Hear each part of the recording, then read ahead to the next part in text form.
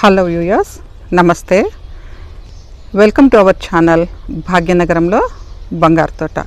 ఇక్కడ మీకు నేలంతా తవ్వి కనిపిస్తుంది కదా, దీని గురించి ఆల్రెడీ ఒకసారి డిస్కస్ చేశాము. మళ్ళీ ఇప్పుడు నేను మీకు చెప్తాను.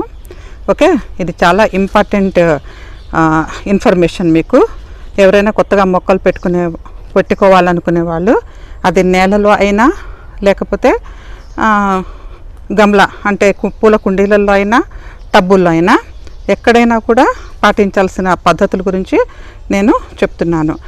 ద అదర్ డే ఇక్కడంతా అల్లం తవ్వి తీసి గ్రౌండ్ ప్రిపేర్ చేస్తున్నాను. ఇంకా అక్కడొకటి ఉంది, ఒక పసుపు మొక్క కూడా ఉంది. బట్ ఇక్కడ ఎస్పెషల్లీ ఎందుకు ప్రిపేర్ చేశానంటే క్యాబేజీ, క్యాలీఫ్లవరు, సిమ్లా మిర్చి, టొమాటో ఇలాంటివన్నీ పెట్టుకోవటానికి, ఒక ఆర్డర్లో పెట్టుకోవటానికి వీలుగా ఈ గ్రౌండ్ ప్రిపేర్ చేయడం జరిగింది. ఇంకా యాక్చువల్గా గ్రౌండ్ పూర్తిగా ప్రిపేర్ కాలేదు. 2 days బ్యాక్ దీన్ని తవ్వి వదిలేసాను అనమాట. ఎందుకు తవ్వి వదిలేసానంటే దీనికి ఆక్సిజన్ అందాలి. భూమి ఎప్పుడు మనం మొక్క పీకిన వెంటనే మళ్ళీ పెట్టకూడదు, దాన్ని పూర్తిగా తవ్వి వదిలేయాలి. తవ్వి ఇట్లా వదిలేయటం వల్ల ఏమవుతుందంటే ఆ గ్యాప్స్లో గాలి బాగా పోతుంది, నేలలో బాగా ఆరుతుంది, నేల కూడా బాగా ఆరుతుంది. ఆరి లోపలికి గాలిపోతుంది. లోపల ఏమన్నా ఫంగస్ ఉన్నా, ఏదన్నా చిన్న చిన్న నత్తలు, జలగలు లాంటివి ఉన్నా కూడా బయటకు వచ్చేస్తాయి అన్నమాట. వేడి తగిలి బయటకు వచ్చేస్తాయి. మనకి క్లీనింగ్ ప్రాసెస్ ఈజీ అవుతుంది. అందుకని దీన్ని ఇలా తవ్వి వదిలేసాను, బెడ్ ప్రిపరేషన్ కోసం తవ్వి వదిలేసాను. ఇప్పుడు దీన్ని ఏం చేస్తానంటే మీకు ఫస్ట్ చూపిస్తాను. డ్రై కంపోస్ట్ ఉంది నా దగ్గర, మీకు తెలుసు, ఒక వీడియో నేను చేసి మీకు చూపించాను. Dry leaf compost. ఓకే, ఆ డ్రై లీఫ్ కంపోస్ట్ ఈ టబ్బులో బాగా తయారైంది. అందులో వానపాములు కూడా ఉన్నాయి. సో మళ్ళీ నేను వేరే వర్మి కంపోస్ట్ వేయక్కర్లేదు, ఇందులోనే బాగా తయారైంది.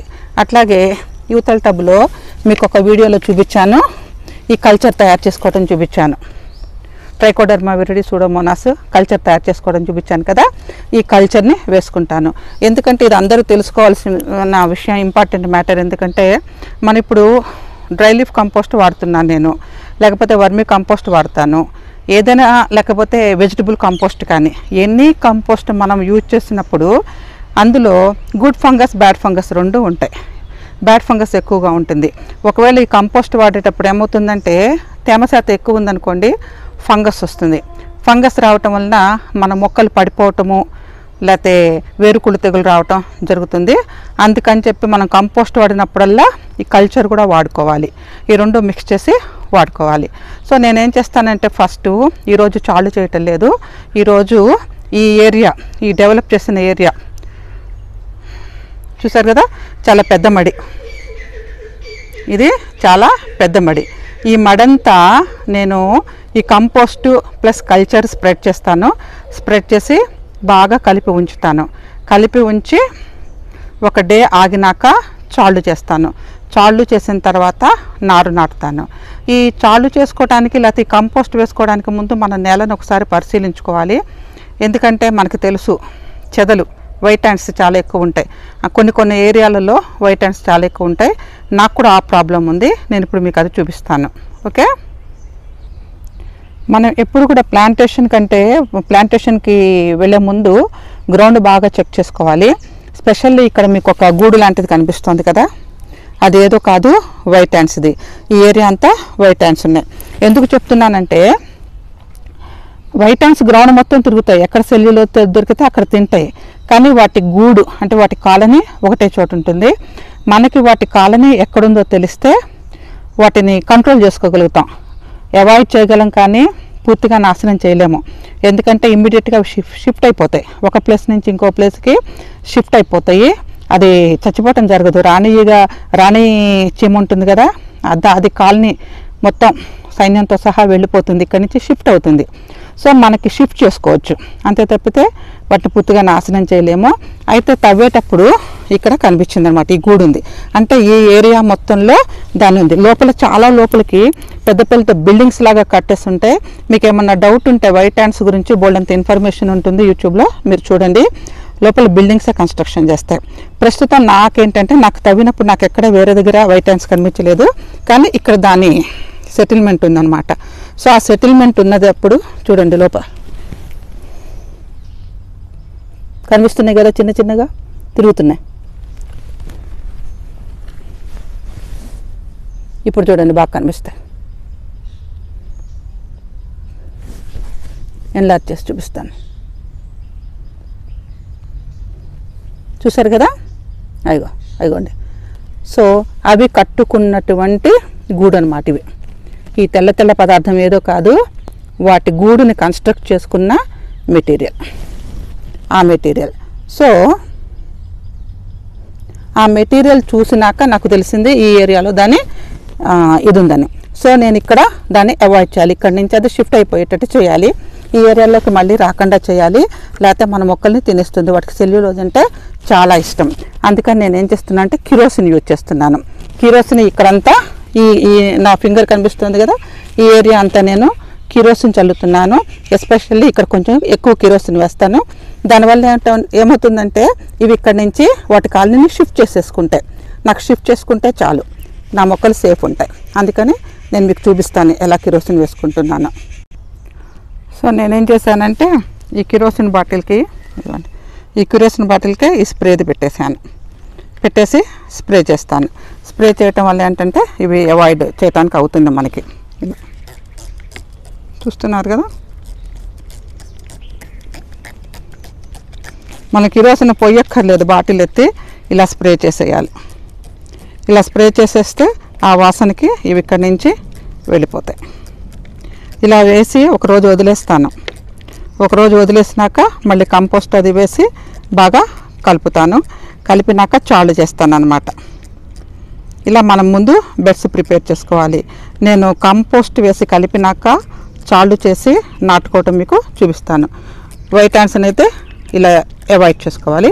ఇప్పుడు చూడండి, దగ్గరగా చూపిస్తాను, మీకు కనిపిస్తున్నాయేమో. ఈ వాసనకి అవి వెళ్ళిపోయినాయి చూడండి. ఈ కిరోసిన్ వాసనకి అవి పరిగెత్తినాయి. వీటిని చంపలేము, కిరోసిన్ తగిలిన వెంటనే చచ్చిపోతాయి. కానీ వాటి కాలనీ, వాటి ఫ్యామిలీ మెంబర్స్ మనం ఏం చేయలేము. అవి మీకు తెలిసిందే కదా, రాణి చీమ, సోల్జర్స్, స్మాల్ కిడ్స్ అన్నిటినీ తీసుకొని పారిపోతాయి. ఇక్కడి నుంచి షిఫ్ట్ అయిపోతాయి, కాలనీని షిఫ్ట్ చేసుకుంటాయి.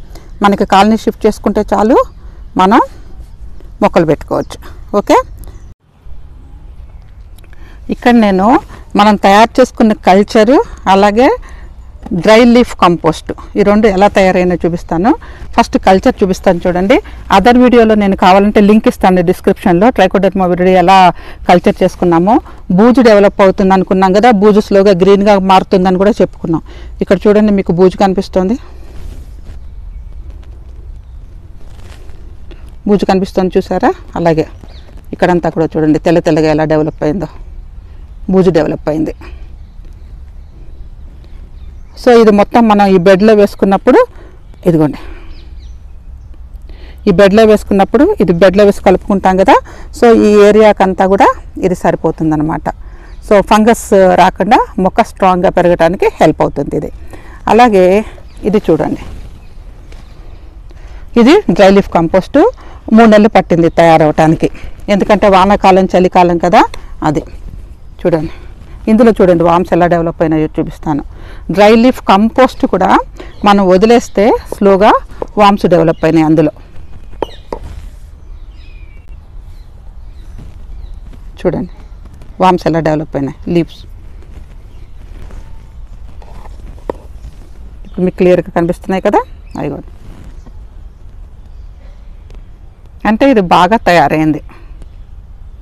నిన్న వాన వచ్చింది, ఆ వాన వల్ల కొంచెం తడిసింది. ఇది నేను మూత తీసి పెట్టాను ఇక్కడికి ప్రిపేర్ చేసుకోవడానికి, అదర్వైజ్ ఇది డ్రైగా ఉంటుంది. ఓకే, ఇలా మంచి కంపోస్ట్ తయారైంది. దీన్ని ఇప్పుడు నేను మనం తయారు చేసుకున్న బెడ్లో వేసి బాగా మిక్స్ చేసి తర్వాత చాలుగా తయారు చేస్తాను. అదంతా నేను చూపించట్లేదు, ఓన్లీ ఏమేమి మిక్స్ చేస్తున్నాను మాత్రమే చూపిస్తున్నాను. ఓకే, ఇక్కడ చూడండి, వీటిని చాలుగా తయారు చేసుకోవడం జరిగింది. ఇట్లా చూస్తే చాలా క్లియర్గా అర్థమవుతుంది. వీటిని చాళ్ళు అంటాం. రేజ్డ్ బెడ్, అటు ఇటు కాలువలాగా. ఓకే, రేజ్డ్ బెడ్స్ అన్నమాట. ఈ రేజ్డ్ బెడ్స్ ప్రిపేర్ చేసుకున్న తర్వాత ఆ బెడ్స్ మీద నేను ఈ కల్చర్ వేసుకున్నా. ఓకే, చూపిస్తాను మీకు. కల్చర్ వేసుకున్న తర్వాత అప్పుడు వాటిని కొంచెం ఫ్లాట్ చేసుకోవాలి. ఇలా ఫ్లాట్ చేసుకోవాలి. ఫ్లాట్ చేసుకున్నాక ఆ ఫ్లాట్ చేసుకున్న దాని మీద మొక్కలు పెట్టుకుంటాము. మొక్కలు నేను జిగ్జాగ్లో పెడతా, ఒకటి అటు ఒకటి ఇటు 15 సెంటీమీటర్స్ డిఫరెన్స్లో పెడతాను. తీసుకోవాల్సిన జాగ్రత్త ఏమిటంటే మనం నీళ్లు పట్టేటప్పుడు నీళ్లను ఈ కాలువల్లోంచి పెట్టాలి. ఈ ఛానల్స్ లాగా ఉన్నాయి కదా, వీటిలోంచి పెట్టాలన్నమాట. మొక్క మొదలకి తగలకూడదు. ఈవెన్ మనం ఫర్టిలిటీ కూడా నీళ్ళల్లో కలిపిటే ఇచ్చుకోవచ్చు. ఒకసారి మనం వర్మి కంపోస్టు అట్లాగే ఈ కల్చర్ ట్రైకోడర్మా విరిడి కల్చర్ అంతా కలుపుకున్నప్పుడు మాటికి వీటిని కలపక్కర్లేదు. ఫుల్ సీజన్ అంటే 2-3 మంత్స్ ఎప్పుడైతే సీజన్ ఉందో ఆ సీజన్కి మనం ఇచ్చే ఈ బలం సరిపోతుంది. ఓకే, నేను మొక్కలు పెట్టే ముందు నా రిక్వెస్ట్, కొత్త వాళ్ళు ఎవరన్నా ఈ ఛానల్ చూస్తున్నట్లయితే ప్లీజ్ సబ్స్క్రైబ్. వెల్కమ్ టు బంగారు తోట ఫ్యామిలీ. ఓకే, అలాగే నచ్చిన వాళ్ళందరూ లైక్ చేయండి, షేర్ చేయండి. ఓకే, ఈ యాక్టివిటీ మీకు తెలియాలి. మొక్కలు పెట్టుకోవటం ఎలాగూ ఏంటనేది ఖచ్చితంగా అందరికీ తెలియాల్సిన విషయం. ఒక రైతు పడే కష్టం మీకు ఇది చూసినప్పుడు తెలుస్తుంది. ఓకే, నేను ఇప్పుడు మీకు ఆల్రెడీ తయారు చేసుకున్న నారుమళ్ళు కూడా చూపిస్తాను. అలాగే ఈ కల్చర్ వేసుకున్నాక ఎలా కలుపుకోవాలో చూపిస్తాను. తర్వాత ఇంకో చిన్న విషయం ఏంటంటే, కొత్తగా చూసేవాళ్ళు, ఇంతకుముందు చూడని వాళ్ళు ఎవరైనా సరే డ్రై కంపోస్ట్ ఎలా తయారు చేశానో, అలాగే ఈ ట్రైకోడర్మా విరిడి కల్చర్ ఎలా తయారు చేశానో ఆ వీడియోల లింక్ నేను డిస్క్రిప్షన్లో ఇస్తాను. అలాగే నారుమడి ఎలా పోసుకోవాలో కూడా వీడియోలో ఈ 3 లింక్స్ మీకు ఇస్తాను. ఎవరైనా మీకు కావాలంటే ఆ లింక్ ఓపెన్ చేసి చూడొచ్చు. ఓకే, ఇక్కడ చూడండి, తెల్లగా కనిపిస్తుంది కదా, ఈ తెల్లగా కనిపించేది ట్రైకోడర్మా విరిడి కల్చర్ వేసాను. కల్చర్ వేసినాక కొంచెం ఇలా మనం కలుపుకోవాలి. కలుపుకొని ఫ్లాట్ చేసేసుకున్నాక మనం మొక్కలు పెట్టేసుకోవచ్చు. ఓకే, నేను ఇప్పుడు మీకు నారు కూడా చూపిస్తాను. ఇది చూడండి, ఇది క్యాలీఫ్లవర్ నారు. క్యాలీఫ్లవర్, క్యాబేజీ చిన్నగా ఉన్నప్పుడు ఆల్మోస్ట్ సేమ్గా కనిపిస్తాయి. మొక్క పెరుగు కొద్దీ స్లైట్ డిఫరెన్సెస్ వస్తాయి. ఇది క్యాలీఫ్లవర్ నారు. ఈ పక్కన ఇది క్యాబేజీ నారు. ఇది క్యాబేజీ నారు. ఆ మధ్యలో ఒక చిక్కుడు గింజ పెట్టాను, అందుకని అది వచ్చింది. ఇది క్యాబేజీ నారు. ఈ పక్కన మీకు కనిపిస్తున్నది క్యాప్సికమ్. కొన్ని మొక్కలు బాగా వచ్చేసినాయి, కొన్ని మొక్కలు చిన్నగా ఉన్నాయి. ఈ పెద్ద మొక్కల్ని తీసేస్తే కానీ ఈ చిన్న మొక్కలు ఎదగటానికి టైం సరిపోదు, ప్లేస్ సరిపోదు, ఎనర్జీ కూడా. అందుకని వీటిని తీయాలి. ఆ తర్వాత ఇక్కడ పెట్టింది టొమాటో నారు, పక్కన ఉన్నది ఉల్లి నారు. ఉల్లి నారు నాటుకునే పద్ధతి టోటల్లీ డిఫరెంట్ ఉంటుంది. నేను అది మీకు తర్వాత చూపిస్తాను. ఇది టమాటో. యాక్చువల్గా ఈ బెడ్ నేను ప్రిపేర్ చేసింది క్యాబేజీ, క్యాలీఫ్లవర్ కోసం. సైడ్స్లో వీలైతే టొమాటో పెడతాను, లేకపోతే స్పెషల్ బెడ్ ప్రిపేర్ చేస్తాను. వంగ టమాటో స్పెషల్ బెడ్ ప్రిపేర్ చేస్తాను. ఈ బెడ్ ప్రిపేర్ చేసినాక ఈ మొక్కలు నాటుకున్నాక చుట్టూ నేను చామంతి మొక్కలు, బంతి మొక్కలు పెడతాను, కంపానియన్ ప్లాంట్స్. క్యాబేజీ, క్యాలీఫ్లవర్కి తొందరగా పురుగు వస్తుంది. ఈ పురుగు నుంచి వీటిని ప్రొటెక్ట్ చేయడానికని నేను టొమాటో నారు, అలాగే బంతి నారు, ఒకవైపు చామంతి మొక్కలు పెట్టడానికి ట్రై చేస్తాను. ఓకే, నేను ఫస్ట్ అయితే మొక్కలు పెడతాను. మొక్కలు పెట్టిన తర్వాత మీకు చూపిస్తాను. ఎందుకంటే మొక్కలు పెట్టేటప్పుడు వీడియో తీయడం కష్టం. మొక్కలు పెట్టిన తర్వాత నేను మీకు చూపిస్తాను. ఓకే, ఇక్కడ అందరూ ఒక ముఖ్యమైన విషయం గమనించాలి. ఏంటంటే మనం ఈ నారు తీసుకునేటప్పుడు తల్లి వేరు తెగకూడదు. మోస్ట్లీ సీజనల్ ప్లాంట్స్కి చిన్న వేళ్ళే ఉంటాయి, అయినా కూడా మీరు జాగ్రత్తగా వేళ్ళు తెగకుండా తీసుకోవాలి. అందుకని ముందుగా దీంట్లో నీళ్లు పోసి బాగా తడిగా అయ్యేటట్లుగా చేసుకొని మెల్లగా వేర్లు తెగకుండా నారు తీసుకుంటే కనుక అన్ని మొక్కలు బతుకుతాయి, చక్కగా సర్వైవ్ అవుతాయి. ఓకే, ఇది చాలా ఇంపార్టెంట్ కాషన్ అన్నమాట, తప్పనిసరిగా పాటించాల్సిన కాషన్. ఓకే ఓకే చుట్టూ బౌండరీ చూడండి, అంబోల మందార మొక్కలు, చామంతి మొక్కలు ఇలా పెట్టాను. ఓకే, బెడ్స్ మీద క్యాబేజీ, క్యాలీఫ్లవరు, టొమాటో, అలాగే ఇక్కడ మిర్చి ప్లస్ క్యాప్సికమ్ ఈ మధ్యలో. ఓకే, దగ్గరగా చూపిస్తాను అండి. ఇది బోర్డర్.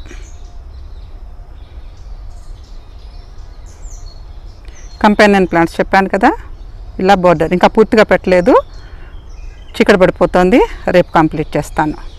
సో ఈ ఫస్ట్ రో క్యాబేజ్ అటు నుంచి, okay. Second row cauliflower,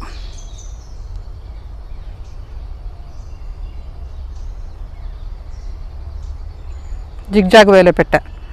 zigzag వేలో ఎందుకంటే మనం వాటరింగ్ ఈ కాలువల్లో ఇస్తాం కాబట్టి అటు మొక్కలు అటు, ఇటు మొక్కలు ఇటు, వాటర్కి ఇబ్బంది లేకుండా తీసుకుంటాయి, ఫర్టిలిటీ అండ్ వాటర్. ఇవి టొమాటో మొక్కలు. టొమాటో మొక్కలు కొంచెం దూరంగా పెట్టాను ఎందుకంటే ఇవి బుషిగా పెరుగుతాయి. క్యాబేజీ, క్యాలీఫ్లవర్ పొట్టిగా పెరుగుతాయి, ఇవేమో పొడవు వస్తాయి, అలాగే బుషిగా కూడా పెరుగుతాయి. అందుకని వీటికి డిస్టెన్స్ 20 సెంటీమీటర్స్ పైన తీసుకోవటం అయింది. ఇది 2 వరుసలు చెప్పాను కదా, ఇవి కంపానియన్ ప్లాంట్ ఒకటి ప్లస్ రెగ్యులర్గా మనకి ఇంట్లో అవసరం. ఒక దగ్గర నారు పెడుతూనే ఇంకో దగ్గర మనం నారు పోసుకోవాలి, ఎందుకంటే వీటి లైఫ్ టైం 2 months కంటే ఉండదు, చీడపీడలు కూడా ఎక్కువగా ఉంటాయి. అందుకని చెప్పి ఈ మొక్కలు కాపుకొచ్చేటప్పటికి ఇంకొక దగ్గర నారు పోసుకోవాలి. ఇవి మిర్చి ప్లస్ క్యాప్సికమ్ 2 కలిపి ఉన్నాయి అన్నమాట.